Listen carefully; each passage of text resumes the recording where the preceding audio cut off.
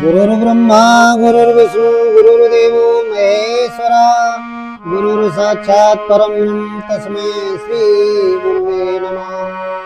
ध्यानमूलं गुरुर्मूर्ति पूजामूलं गुरुपदं मंत्रमूलं गुरुर्वाक्यं मोक्षमूलं गुरुकृपा।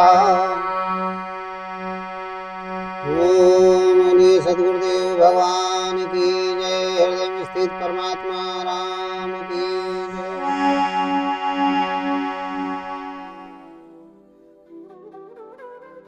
मेरे प्रिय श्रोता बंधुओं, आप सभी को बहुत बहुत साधुवाद।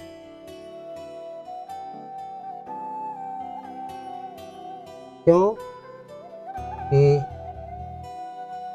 आप सभी लोग हमारा सत्संग सुनते हैं, हमें सुनते हैं और मीडिया के माध्यम से भी सुनते हैं। मैं आप सभी को बहुत बहुत साधुवाद। आज का जो चर्चा का विषय है वो ये है कि मनुष्य को स्वर्ग का सुख कैसे मिले इस धरती पर। इस धरती पर स्वर्ग का सुख कैसे मिले। मनुष्य को इस धरती पर स्वर्ग का सुख कैसे मिले। स्वर्ग के बारे में सुना है, लेकिन इस धरती में जीते जी स्वर्ग का सुख कैसे मिले, तो इस बात पे हम चर्चा करेंगे। तो सबसे पहले क्या समझना पड़ेगा इस प्रश्न के एक एक शब्द पर। मनुष्य को इस धरती पर स्वर्ग का सुख कैसे मिले।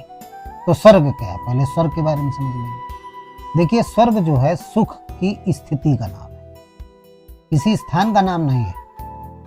स्वर्ग कहते हैं सुख की स्थिति को। जहाँ सुख है वहीं स्वर्ग है, और जहाँ दुख है वहीं नरक है। तो सुख की स्थिति को, सिचुएशन को स्वर्ग कहते हैं। और इस धरती पर स्वर्ग, तो कोई वो स्वर्ग थोड़ा इस धरती पे उतारेगा। इस धरती पे सुख की स्थिति आपके परिवेश में, आपके घर में, आपके शरीर के अंदर, परिवार के अंतर्गत वो सुख की स्थिति स्वर्ग वाली आ जाए, तो इस धरती पर स्वर्ग आपको महसूस होने लगेगा। आपको लगेगा हम स्वर्ग में, जो वेद पुराणों में चर्चा की गई स्वर्ग के सुख के बारे में, वही मैं बताने जा रहा हूँ। तो भगवान कृष्ण से अर्जुन ने पूछा यही प्रश्न कि प्रभु इस धरती पर स्वर्ग का सुख कैसे,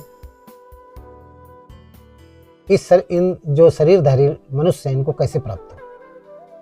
तो भगवान कृष्ण ने, क्योंकि अर्जुन अनुरागी भक्त था, साधक था, प्रश्न करता था, और भगवान कृष्ण कौन थे? सद्गुरु थे, तत्वदर्शी महात्मा थे। तत्वदर्शी साकार पारब्रह्म परमेश्वर थे। तो तत्वदर्शी जो संत होता है, महात्मा होता है, साध्य होता है, वो सब कुछ जानता है। तो हंसे और बोले ठीक है अर्जुन, आपकी जिज्ञासा है तो मैं बताऊंगा।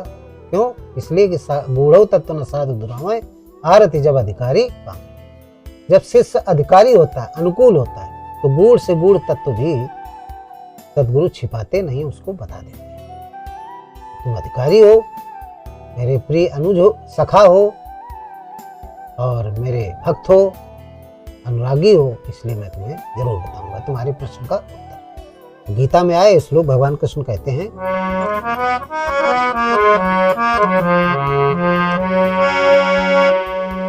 चित्र विद्या माम सोमवाह पूत पया यज्ञरिष्टवा असुर गति में प्रार्थयन्ते अते पुण्ड नासाद्य सुरेन्द्रलोकं सनमति दिव्या निदव वेदयोगान् निदव देवयोगान् त्रिविद्या माम सोमवाह अपूत पाया यज्ञरिष्टवासुरे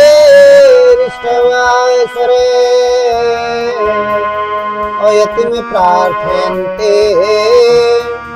अते पुण्यमासाद्य असुरंगलोकम् सनन्ति दिव्यानि देव भोगान। भगवान कृष्ण का त्रिविद्या, त्रिविद्या माम सोमवाह, त्रिविद्या माम सोमवाह पूत पापा, पूत पापा यज्ञ रिष्टवा गतिम प्रार्थ यन्ते। भगवान कृष्ण तत्वदर्शी सद्गुरु थे। अर्जुन से कहा कि अर्जुन, हमारे तुम्हारे सबके शरीर के अंदर वो परमात्मा जो स्थित है, उसका कहना है कि त्रिविद्या माम सोम पाठ पूत पापा, मुझे भजन लोग स्वर्ग की कामना के लिए करते हैं। यज्ञ इष्टवा स्वर्ग गतिम प्रार्थयन्ते, परमात्मा का भजन स्वर्ग प्राप्ति के लिए करते हैं।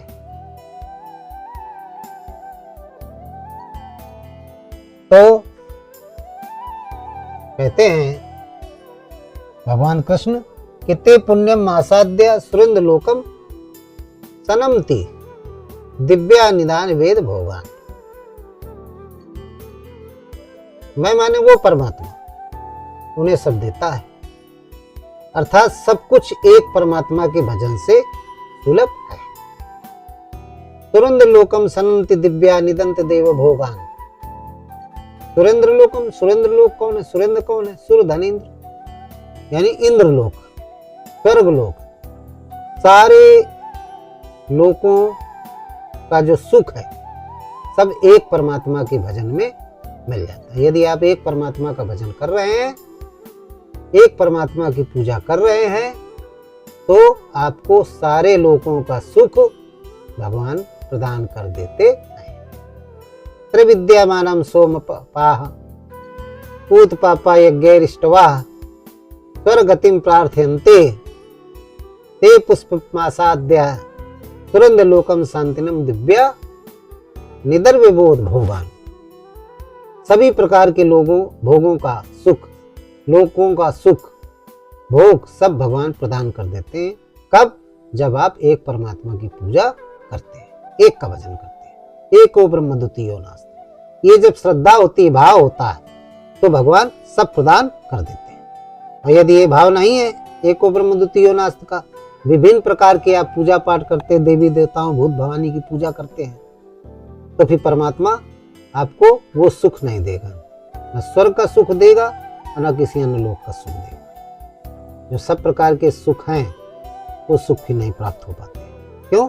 क्योंकि आप द्वैत में, जब आप अद्वैत में रहेंगे, एक परमात्मा का भजन करेंगे, तो आपको सारी सुख समृद्धि, अष्ट सिद्धि, नौ निधि, छह स्वर, सब कुछ आपको प्राप्त हो जाएगा। फिर जो भी आप इच्छा करेंगे वो सब मिल जाएगा। गोस्वामी जी ने लिखा है कि जब एक परमात्मा का भजन करेंगे तो फिर क्या होगा कि जो इच्छा करी हो मन माही, ओ हरि प्रसाद कछु दुर्लभ नाहि। जो इच्छा करी हो मन माही, ओ हरि प्रसाद कछु दुर्लभ नाहि। फिर जो भी इच्छा करेंगे तो स्वर्ग का फल क्या है इस धरती पे? समस्त ब्रह्मांड का फल, समस्त ब्रह्मांड का सुख भोग, सब कुछ आपको इस धरती में मिल जाएगा। अब मिलने वालों को मिल रहा है। अच्छी जगह जो अच्छा भजन किया, पूर्वजन्म में अच्छे कर्म किए, या तो अच्छे सन्यासी हो गए तो सारी रिद्धि सिद्धियां सब कुछ उनके पास है, या फिर राजनीति में आ गए तो अच्छे लीडर बने, प्रशासक हैं, अच्छे संचालन करने हैं देश का, तो उनके भी पास ये व्यवस्था है, सारी सिद्धियां है। जो इच्छा करियो मन माही, हरि प्रसाद कर तुरंत बनवाई, सब चीज उनके पास है, सारी व्यवस्था है। जो चाहे वो प्राप्त कर सकते हैं, जो शरीर में चाहे वो पहन सकते हैं, जहाँ चाहे वहाँ रह सकते हैं, जो चाहे खाने वाली चीज तो उनको प्राप्त हो जाएगी।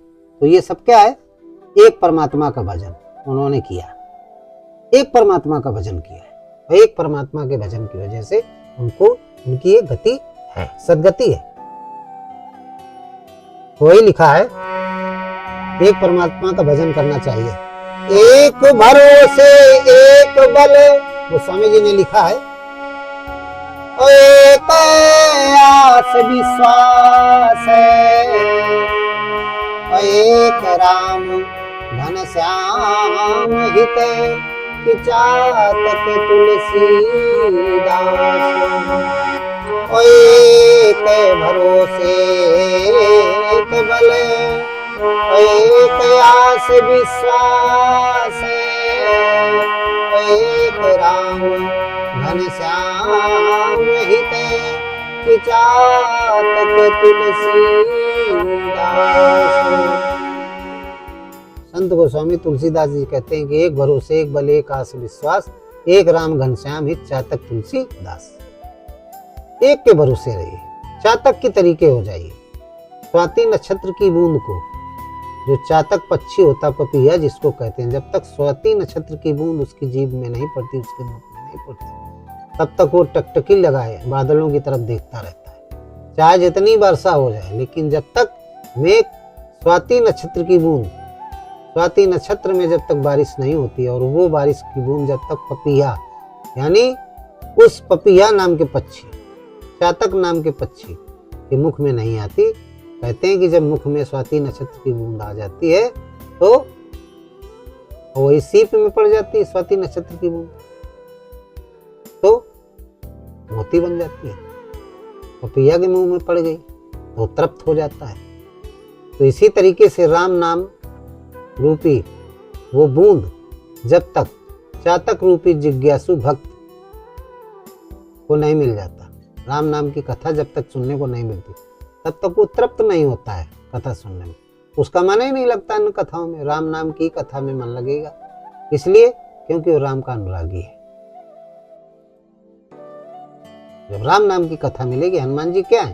चातक है, पपीहा है, राम नाम की कथा से ही वो तृप्त होते हैं। भगवान शंकर कौन है? चातक, चातक के समान है, पपीहा के समान है। राम नाम रूपी जो बूंद है वो जब उनको मिल जाती है तृप्त हो जाते हैं। भगवान कृष्ण, श्री राम, सभी जितने भी तत्वदर्शी सदगुरु हैं, कबीर, तुलसी, जायसी, सब राम नाम के स्वाति नक्षत्र रूपी जो बूंद है, जब उनको वो राम नाम मिल जाता है तो तृप्त हो जाते हैं। इसलिए कहा एक भरोसे एक बल एक आस विश्वास एक राम घनश्याम हित चातक तुलसीदास। एक के भरोसे होना चाहिए, एक परमात्मा की पूजा करनी चाहिए, भाव एक होना चाहिए। अकथ नाम नामन रूपा ब्रह्म सुखयन भावे रूपा, वैसे उसका कोई नाम और रूप नहीं है, वह निर्वचनीय है। इस विषय में कहना बड़ा मुश्किल है, क्योंकि अनादि है। सब कर परम प्रकाशित जोई राम अनादि अवध पद सोई। यह शरीर हमारा अवध है, इसमें जो प्रकाश युक्त है वो दिव्य चेतन परम तत्व, उसी को राम कहते हैं, वो परमात्मा है। तो उसके भरोसे जब हो जाते हैं, एक का भरोसा करने से इसी पृथ्वी में स्वर्ग जैसे सारे सुख आपको उपलब्ध हो जाएंगे। एक परमात्मा की पूजा करनी चाहिए। एक परमात्मा की हम पूजा कर रहे हैं तो हमारे सारे जितने भी हमारे सारे कष्ट हैं सब दूर हो जाएंगे और हमें आत्म तृप्ति मिलेगी। आत्म तृप्ति मिलेगी, हमारा जीवन धन्य हो जाएगा। इसलिए एक परमात्मा की पूजा हमेशा करनी चाहिए। दूसरी प्रकार कि जो अनुरागी भक्त होते हैं केवल राम नाम रूपी भक्ति को ही स्वीकार करते हैं, उसी से तृप्त होते हैं और किसी दूसरी भक्ति से तृप्त नहीं होते। वो राम नाम रूपी जो शब्द है, बूंद है, उसको जीभ में रख लेते हैं और रख करके डेहरी के तरीके, दीपक की तरीके और उसी का रसपान किया करते हैं।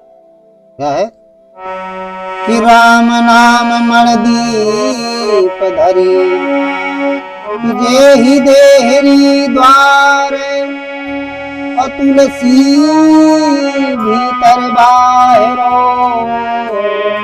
जो चाहत उजिया। राम नाम मण दीप धर जे देहरी द्वार तुलसी भीतर बाहरो जो चाहत। दीपक का भी काम करता है, प्यास भी बुझाती है।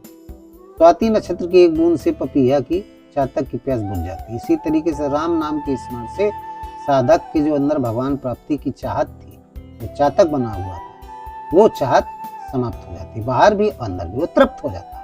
इसलिए एक परमात्मा का यदि आप भजन कर रहे हैं तो आपको सुख की प्राप्ति होगी। यही धरती में स्वर्ग है, बाहर कहीं नहीं। सुख का नाम स्वर्ग है, दुख का नाम नरक है।